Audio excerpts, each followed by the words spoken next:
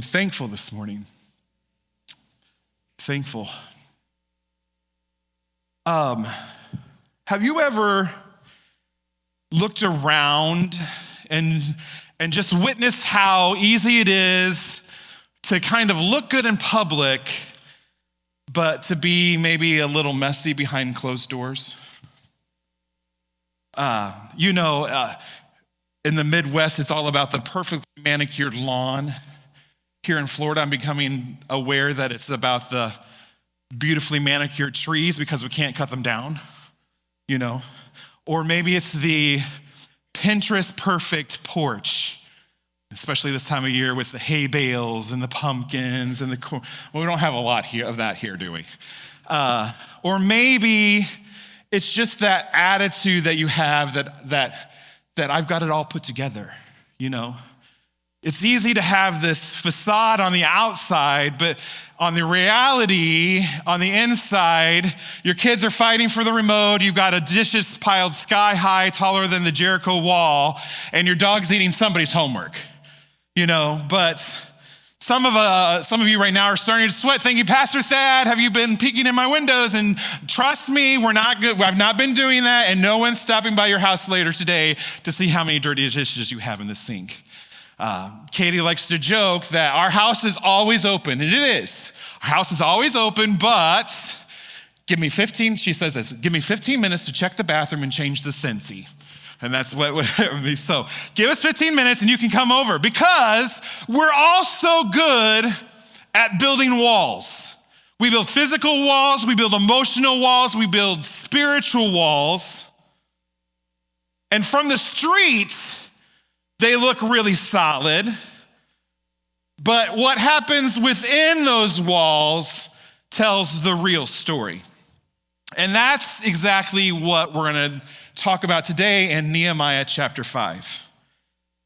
Now, I'm going to admit something this morning that I wasn't originally supposed to preach today, okay? Pastor and First Lady Angela, that's what I like to call her. Pastor and Angela are away at a wedding in Missouri, and so they're actually traveling home today. So prayers for safe travels as they return home. But I wasn't supposed to preach today. When we sat down this summer and we were beginning to map out the preaching calendar and what series we were going to do and all that fun stuff, we actually work other days besides Sunday, right? We do some other jobs. We were planning out this preaching calendar, and Pastor says, I really would like to do a series on Ezra and Nehemiah. And I was like, okay, I'm out. Nope, that's not me.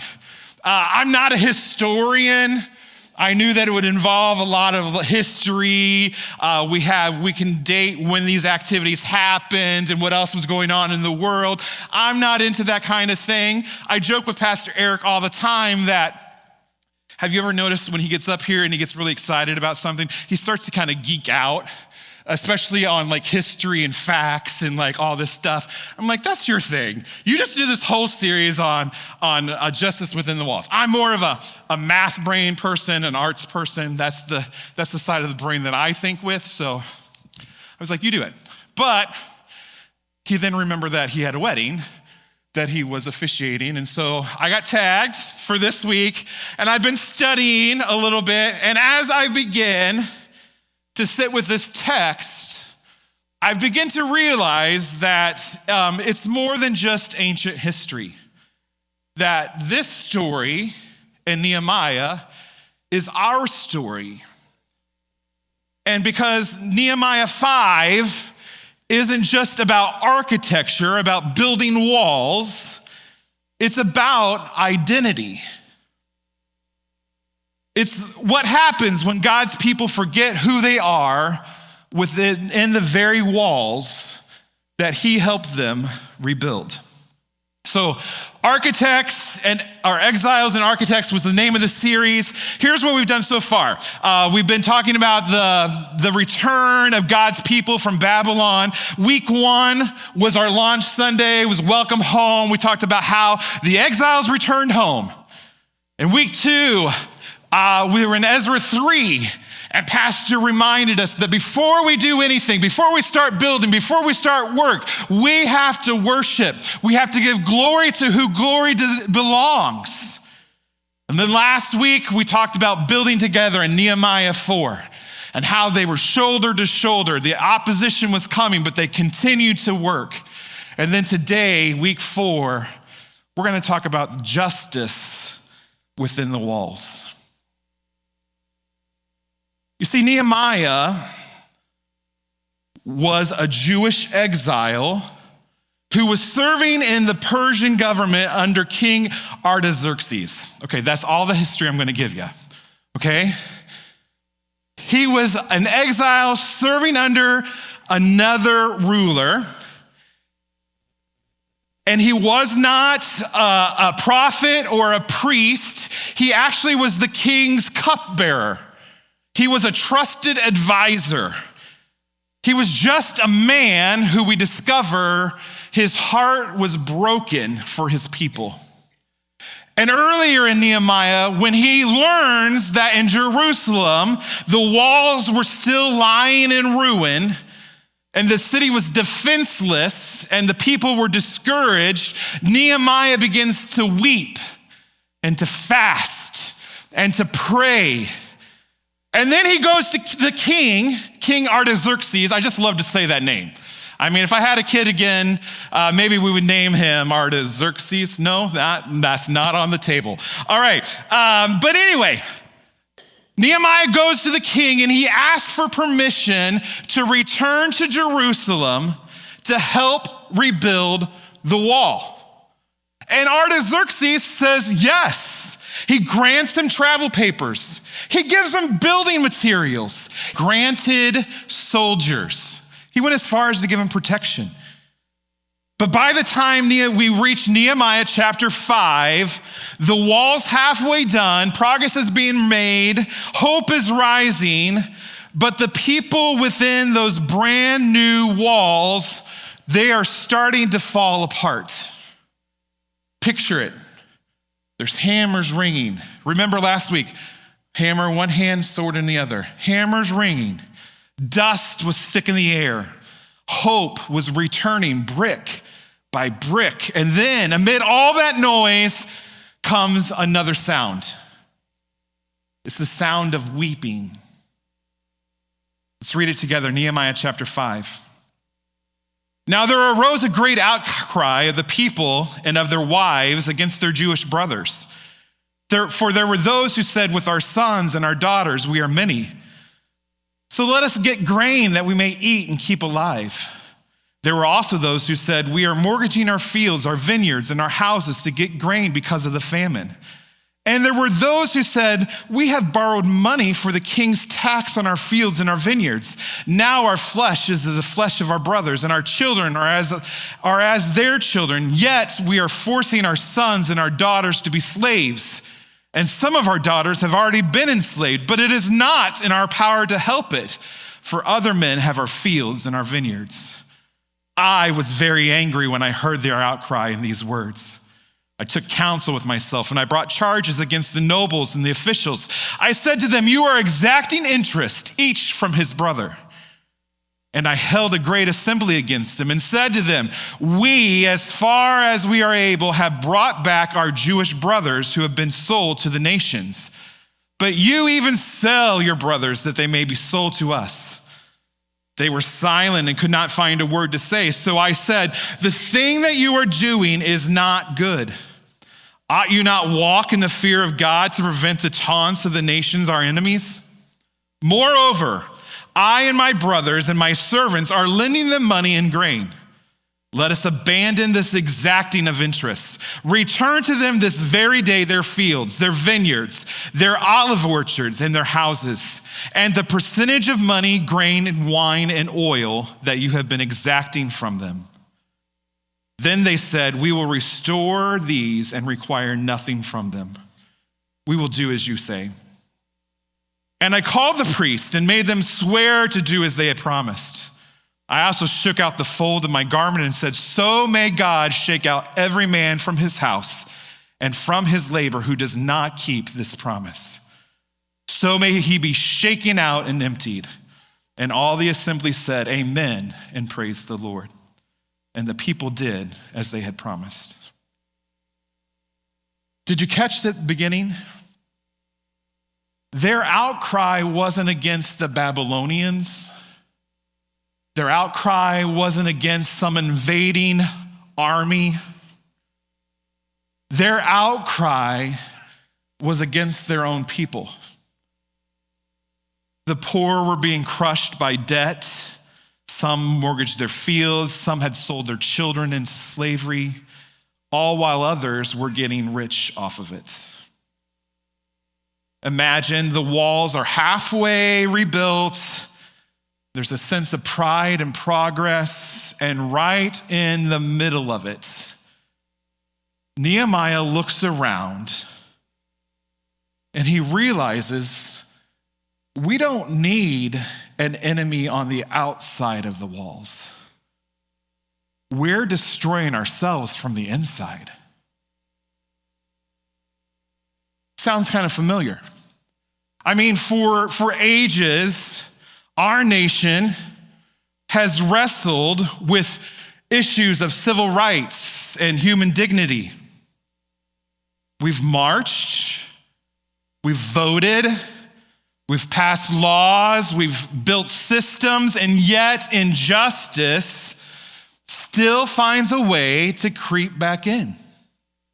Because no matter how strong the structures, if hearts are not changed, the story does not stick. Here at home, we know what it means to live in a nation divided by walls, both real and invisible. Along our borders, the conversation is very complicated. It's emotional and it's deeply human. There are people who are desperate for safety, and there are others who are desperate for security. And somewhere in the between, the church is called to see people and not politics. Our holiness should move us to compassion, even when it's messy, because holiness is not about protecting what is ours. It's about participating in God's redeeming work in the world.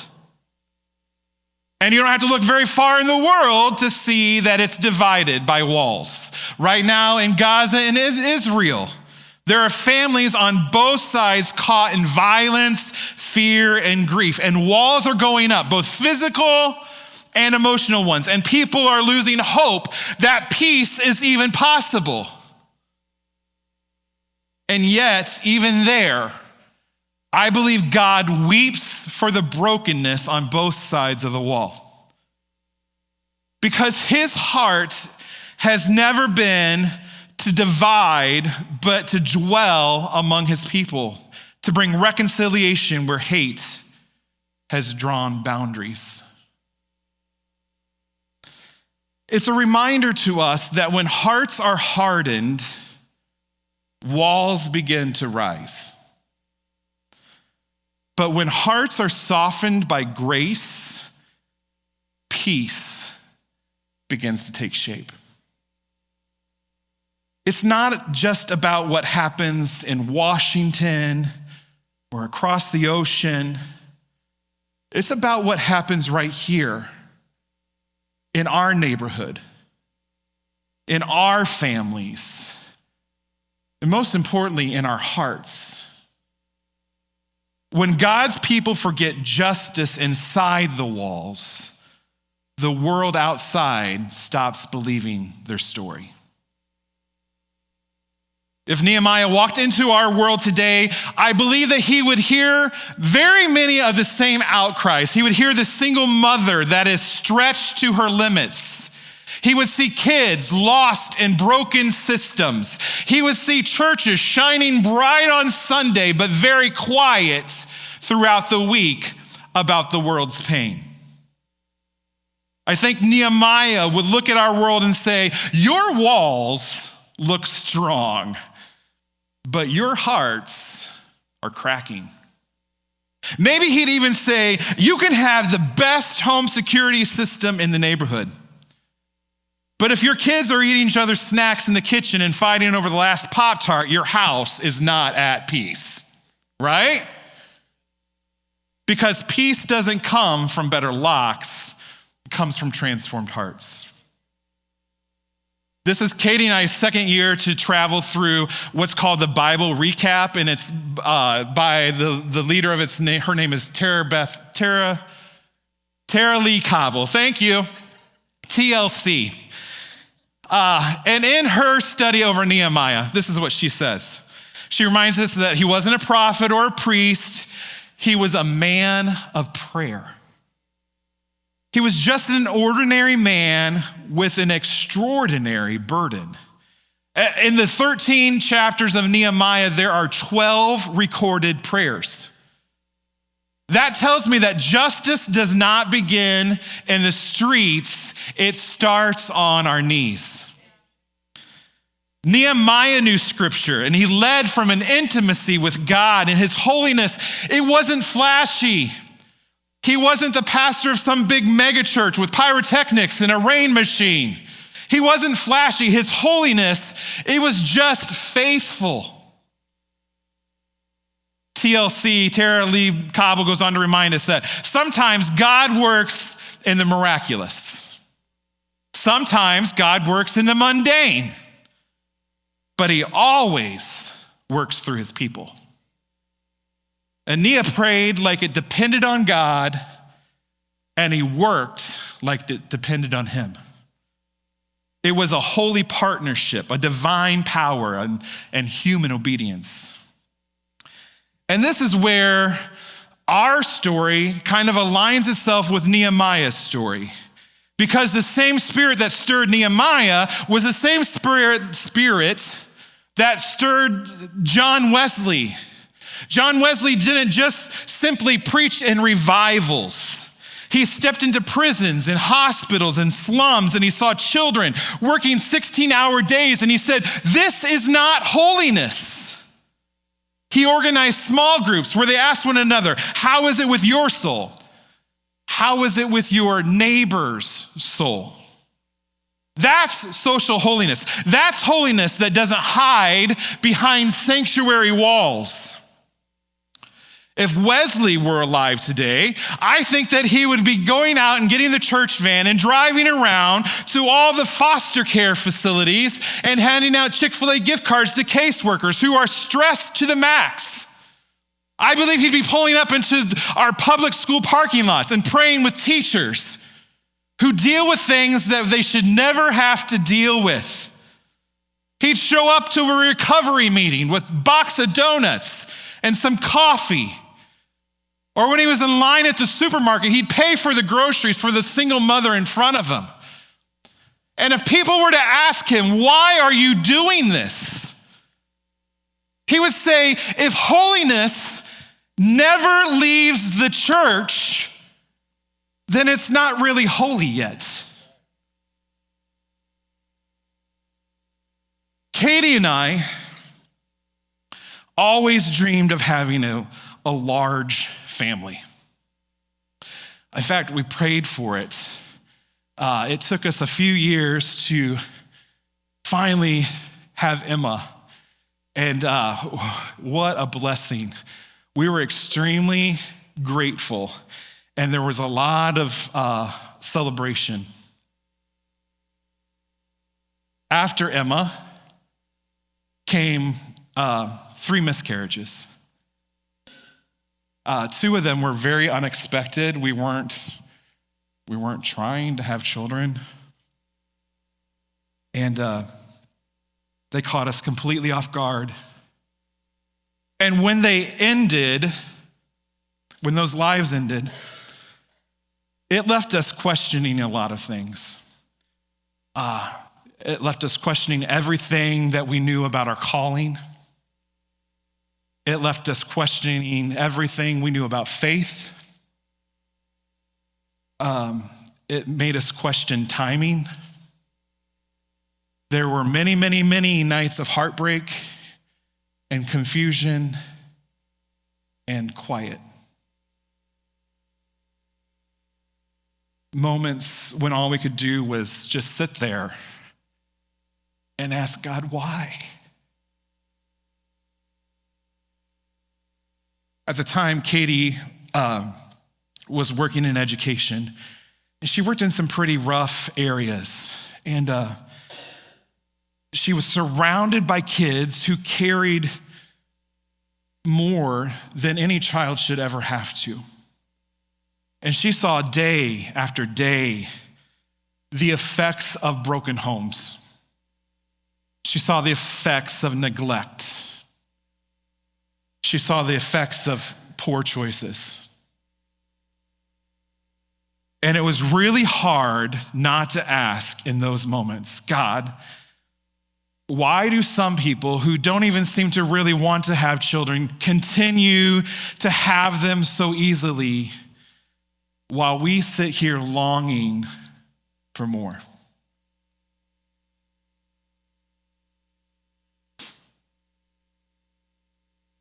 And it was somewhere in that tension that God began to stir something new within us. We had friends who just on a whim mentioned, we're considering opening our home to children in the system, older children, because we're older and they're the ones that get overlooked, and we're considering it. There's this informational meeting put on by this group that resources foster care, and they break it down and tell you all the nitty-gritty. And so Katie and I found ourselves in an informational meeting about foster care where we just wanted to learn a little more. And before that meeting was over, we had people encouraging us to reach out and to sign up. And so the process began.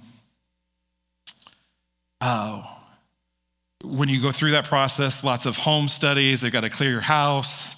They've got to make sure everything is up to code. They got to make sure you had enough furniture. Oh, you guys don't have a dresser. This group provided a dresser. At 3:00, we're going to show up with a dresser. You need twin beds? Oh, here's some twin beds. Things just began to fall into place. When you go through this, it's a 12-week class that you have to take. And for some reason, they expedited us, and in 6 Saturdays, we were done with the class, correct? And what should have been a 6+ month-long process was condensed into 3. And before we could even get the certification, the certificate to hang on our refrigerator, they were at our front doorstep with a little boy that needed a home. And that moment, it changed everything for us. We have experienced the highs and the lows of the foster care system. A severely abused child who taught us what trauma really looks like. A newborn baby, 3 days old, that we picked up from the hospital. Emma was in junior high at that time, and I would go pick her up from school in the minivan, and she would pile kids into the minivan. I was like, what are you doing?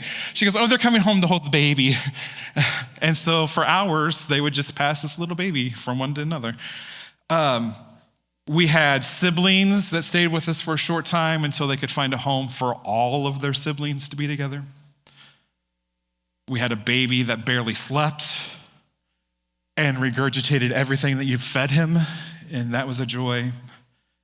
We had sisters who were cute as a button, but they would sit petrified on our couch because we had a St. Bernard who never hurt a fly. And we even transferred our license when we moved within state because the calling never left our lives. Our longest placement, and probably the most impactful,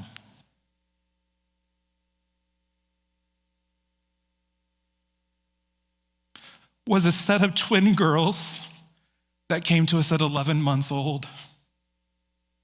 And they lived with us for 15 months. We celebrated their first and their second birthdays together.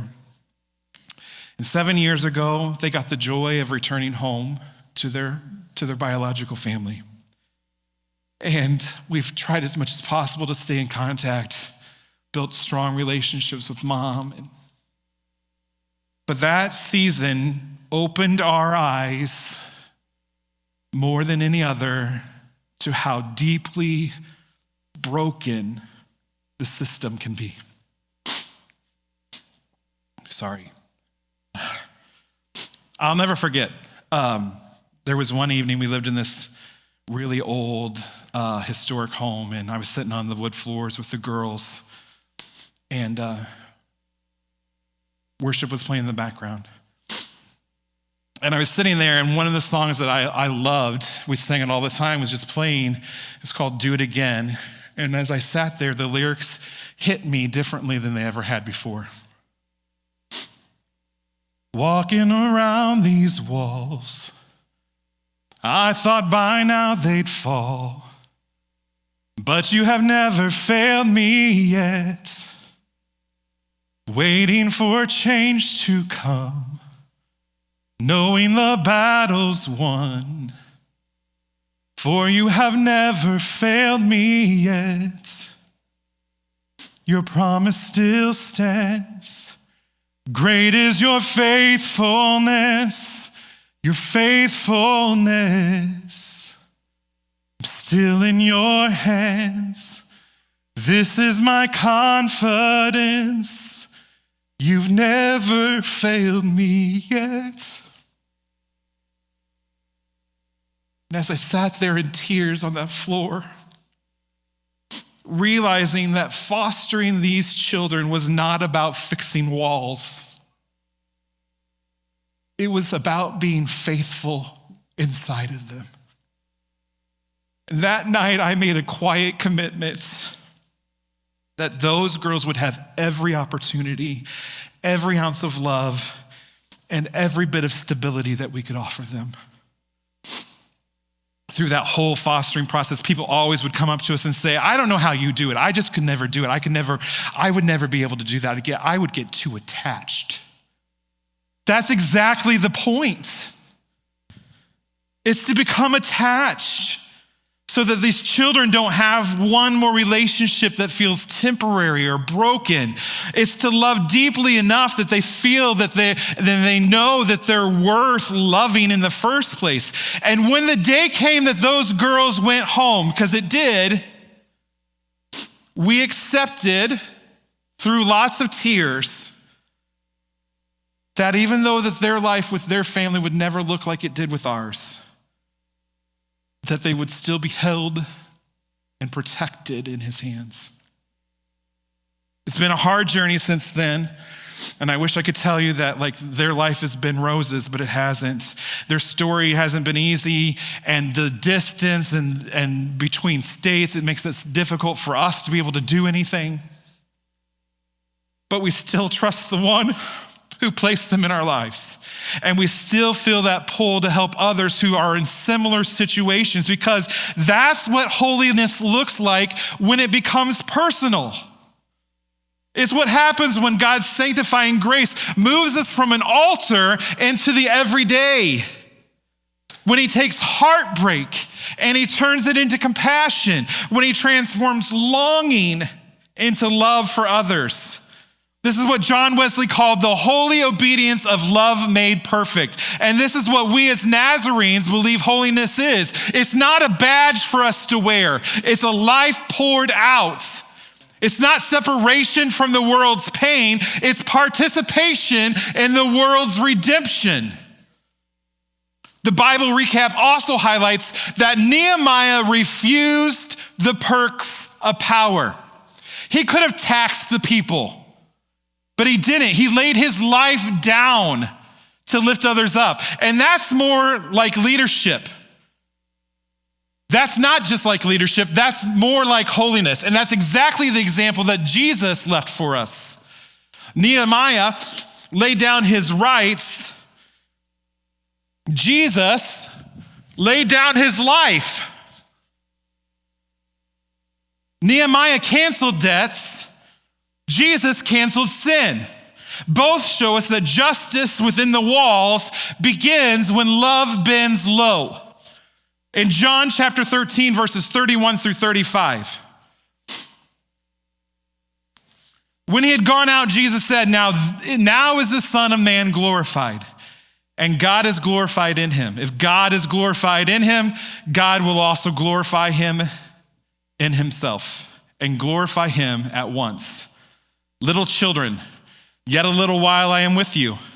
You will seek me, and just as I said to the Jews, so now I also say to you, where I am going, you cannot come. A new commandment I give you, that you love one another, just as I have loved you. You also are to love one another. By this, all people will know that you are my disciples, if you have love for one another. Right before he says this, Judah leaves the room, and that's very important us to realize.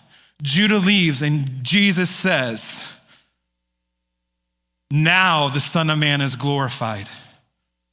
When betrayal leaves the room, love remains.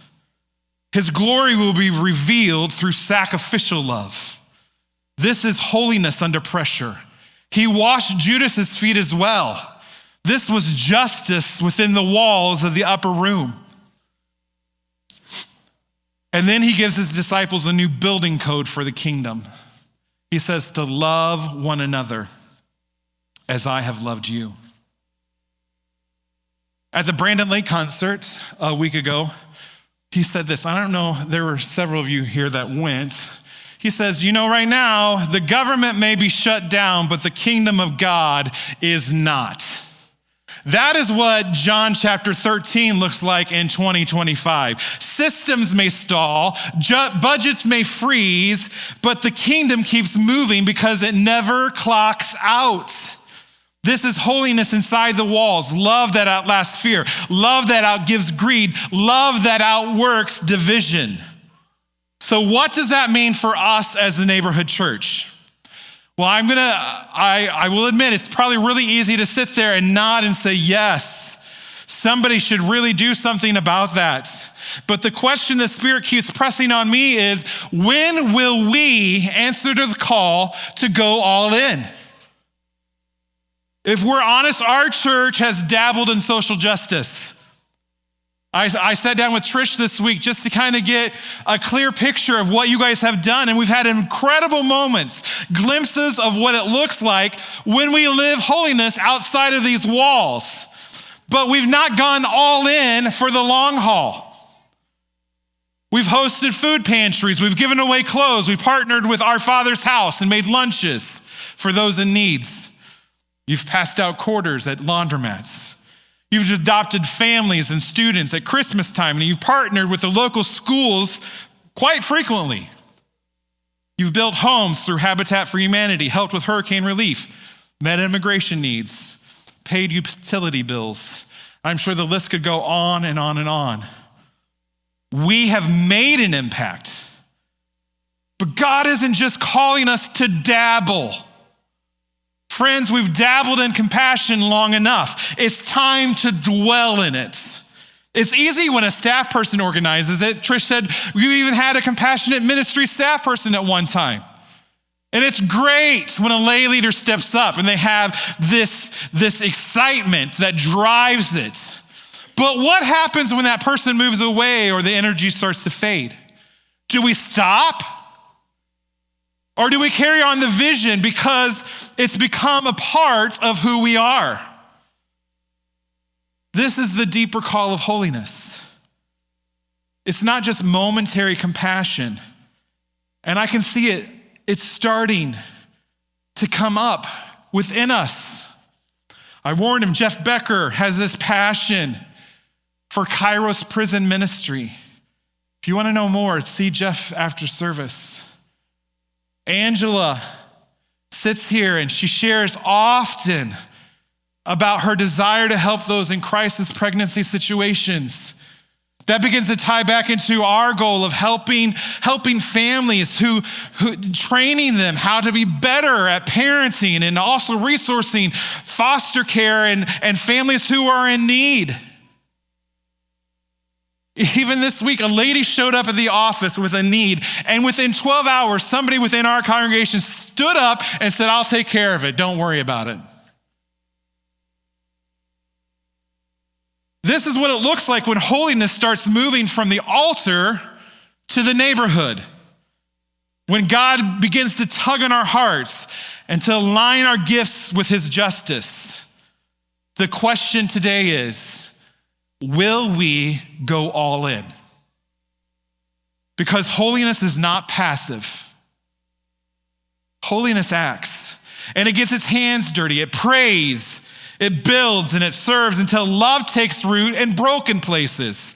And yes, giving financially matters, but it's not all about the money. It's about presence, about participation. It's about people saying, I will be the answer to that prayer.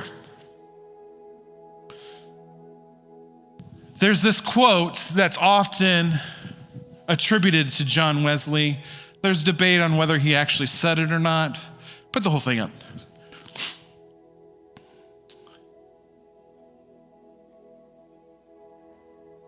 But for impact, we'll say he did. It says, do all the good you can by all the means you can, in all the ways you can, in all the places you can, at all the times you can, to all the people you can, as long as ever you can. The last several weeks, pastors closed with a responsive reading, and I want us today to read this together. Would you stand with me?